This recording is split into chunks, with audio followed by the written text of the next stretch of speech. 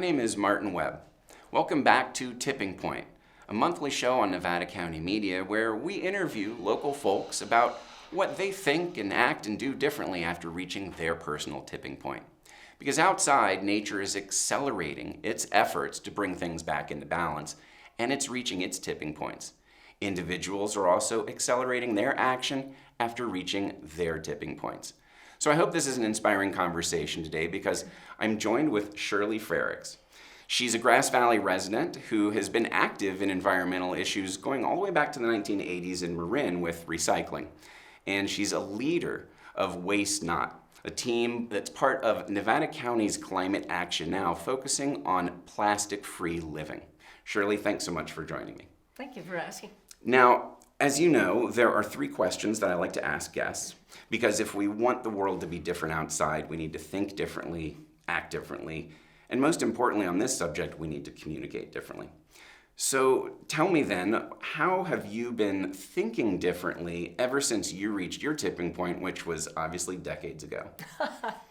I had a lot of tipping points, you know. There's many. Well, I was brought up on a farm, you know, and so recycling was like what you did. We didn't call it that, but it's what we did.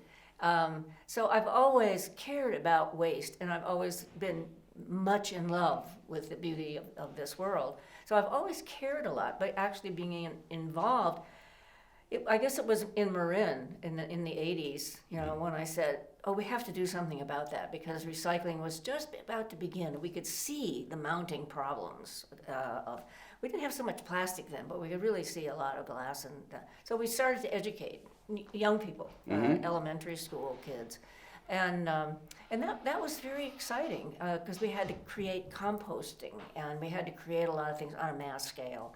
So for me, that was like, okay, you know, this is a problem. This is really a problem now, and we have to pay attention and do something different. And that was before the whole climate change issue began to really grow and manifest. I want to touch on a couple things I really like that you've said as far as thinking differently. And one is being aware of waste, which, you know, in today's culture, obviously part of the problem is we're thought of everything as just disposable and it goes away. And throw it away. Magically somewhere. But more importantly, I like how you also talked about raising that awareness and thinking differently in relation to younger generations. Because that's something we've talked about here before, where younger generations are really concerned that the older generations aren't paying attention.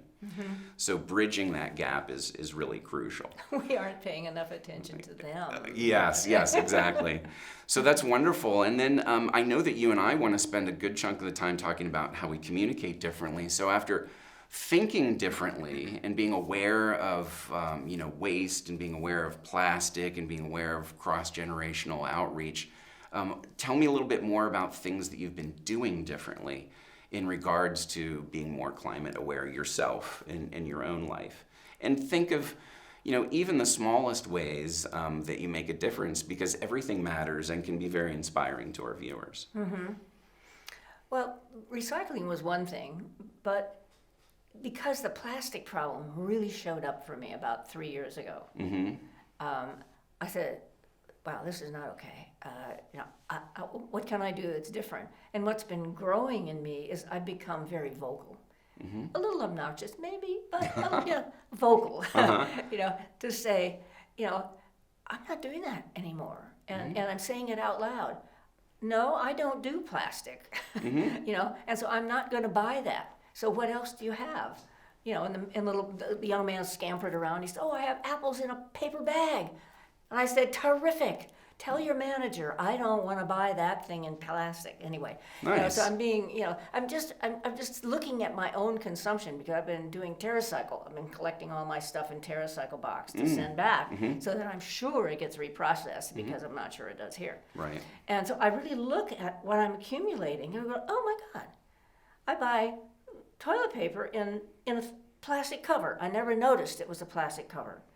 So now I buy it in a paper cover with no plastic, you know, little things like that. I'm like, okay, I have to, you know, I'm really wanting to think differently and do things how different. And that's part of the change that we want to help people with is, oh, I'm seeing with new eyes now. And modeling that through your experience and your purchasing habits is Right. really important. A lot of folks aren't really clear on the connection between plastic and the climate too. And the fossil fuel industry has made it very clear that while they see the handwriting on the wall with oil not being used for transportation as much, they have told their shareholders in industry conferences the plan is to triple the amount of plastic on the earth today by mid-century. And we're already halfway to mid-century. So the 300 to 500 new plants in the Ohio Valley just to make plastic. And plastic is something that humanity has lived with just fine without for a very long time. What I like about your stance on it is that you've demonstrated how you live your life, that you're not suffering. You're happy, you're healthy. People adapt. People are very creative.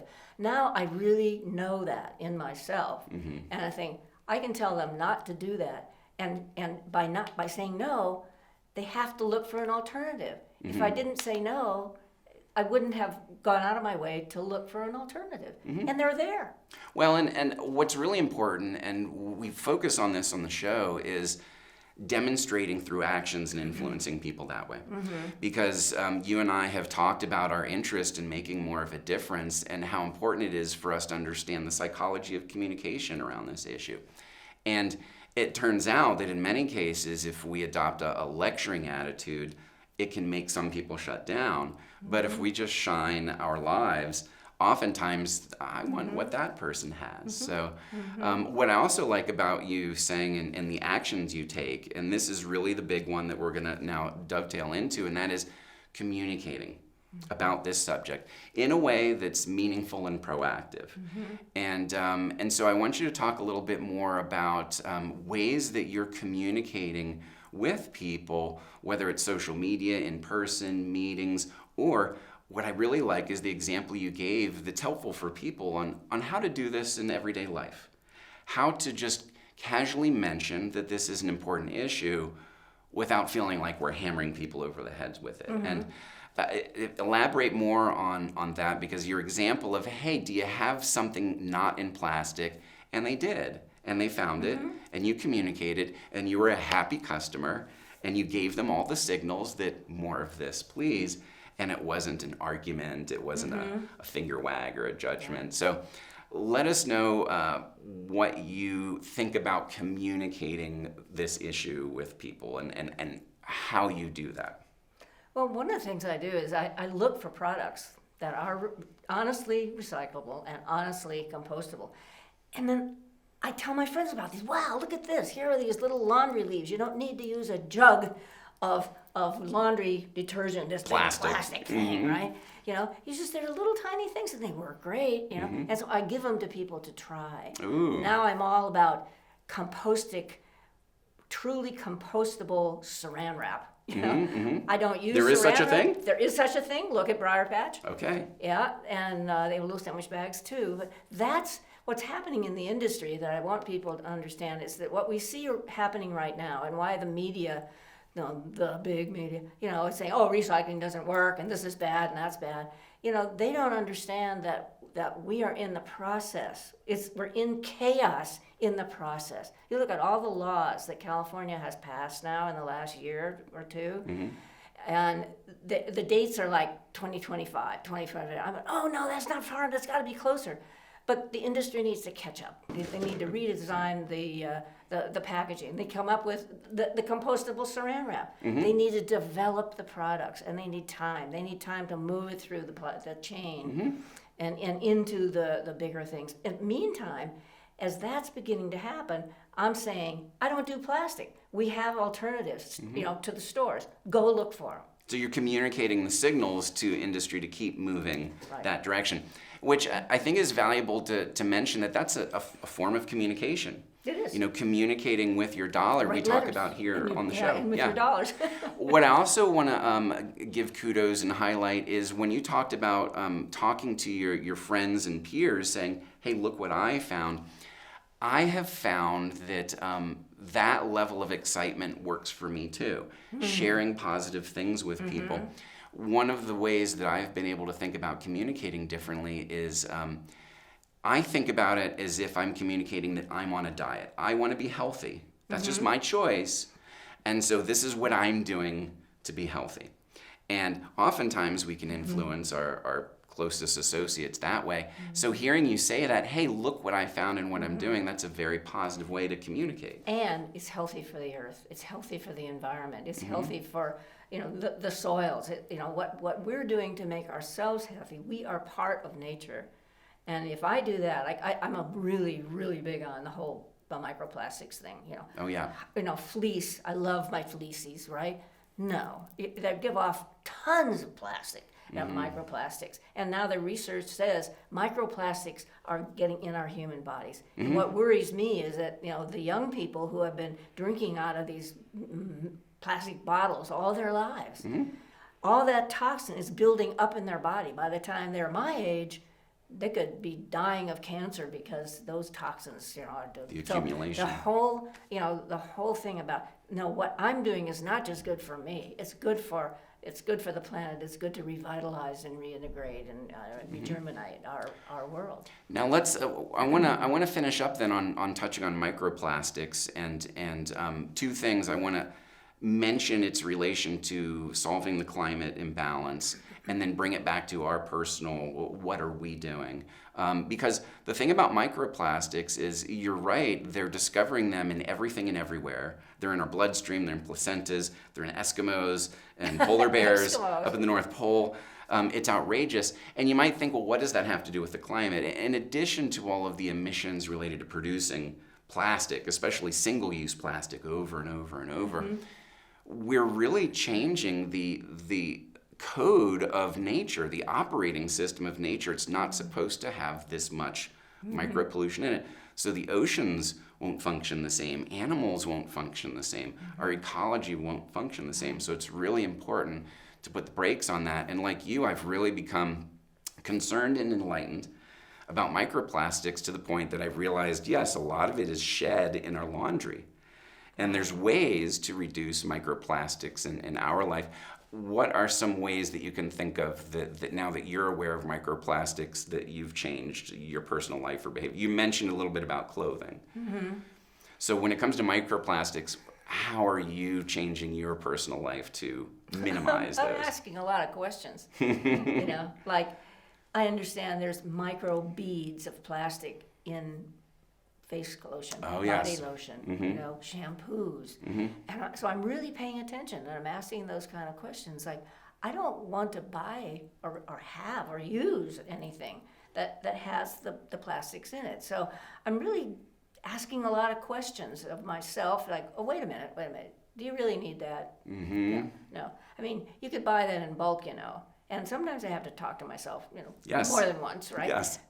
Yeah, but, so I'm like, no, I will not buy another plastic sachet thing because it's unrecyclable, And so, okay, if I'm going to buy a cookie, it has to be in a paper box. Okay, cool. Well, I wish there were bulk cookies because you open the paper box and what have you got? Plastic. Two wrappings of plastic. Yes. Yeah. So I'm really asking myself a lot. Every time I go to buy something, I say, oops, wait a minute. That's Look great. At this with good eyes. Well, and for me personally, I've noticed that it takes that level of awareness and diligence to push back against the marketing and psychology that we've been trained to buy and use and consume. I recently switched to a shampoo bar that comes in cardboard packaging, made in Mendocino, woman-owned, company, and that makes me feel better. It's also interesting too because this is kind of it's stereotypical of men, but everyone does this. I tend to wear my clothes until they're in tatters and shreds. I've got my favorite shirt that I still wear around the house, even though. But now, after reading that, I realized that because it's polyester, the more it's tattering, the more it's dissolving into the water. And so now, I stopped doing that sooner and I use them for rags and other things. So, well, I really like what you said because you went through. At the very end here, your awareness of microplastics, which makes you think differently. Oh my gosh, I need to be aware. You act differently in that you make sure you minimize buying and consuming them. And then you communicate differently by telling friends, hey, look at this. And the salespeople, this isn't what I want. So tipping point before we end. No, we are at tipping point. I just have to say that I've noticed it in my own life that there was an energy shift that happened last fall. And, you know, the media actually stopped trashing everything, so to speak, you know. And I'm reading a lot more now that says, you know, we are moving forward. You know, here's some creative ideas. Here's some new stuff. So what I want to say on tipping point, look for your own, you know, where are you going to find your tipping point? Look for it. And say, oh yeah, okay, yeah, that's good. I can see that's a change. Notice what's changing. Stay positive with what's changing. Don't listen to the negative news. We are going to make it through this chaos. If a country like Rwanda, I was just reading about Rwanda, can ban plastic bags to the point where if you are caught in that country with a plastic bag, you go to prison. Really? I mean, serious. Wow. Now, and the people are adapting. They're doing fine. They haven't died, right? Wow, They haven't all amazing. died off. It is. Hey, listen, we can do this, and we are going to do this. It's just going to take a while to move it through, but unless we continue to put the pressure behind it to say it matters, won't happen. Well, thank you so much. At the very end, what I was picturing is when you were saying, you know, that they survived without plastic, I flashed on a doctor saying to their patient, you know, you really need more plastic. That's going to be, this is what your problem is. Go get some more plastic. Never happened. Well, thank you so much. Let's hope not. I've been joined by Shirley Freriks. She's a local leader in the Waste Not team, which is part of Nevada County's Climate Action Now. And this has been Tipping Point here on Nevada County Media. Make sure that you check out our other episodes, and we'll be here every month interviewing more of your neighbors and community members and peers on what they're thinking and doing and saying differently as they reach their tipping point. Thank you so much.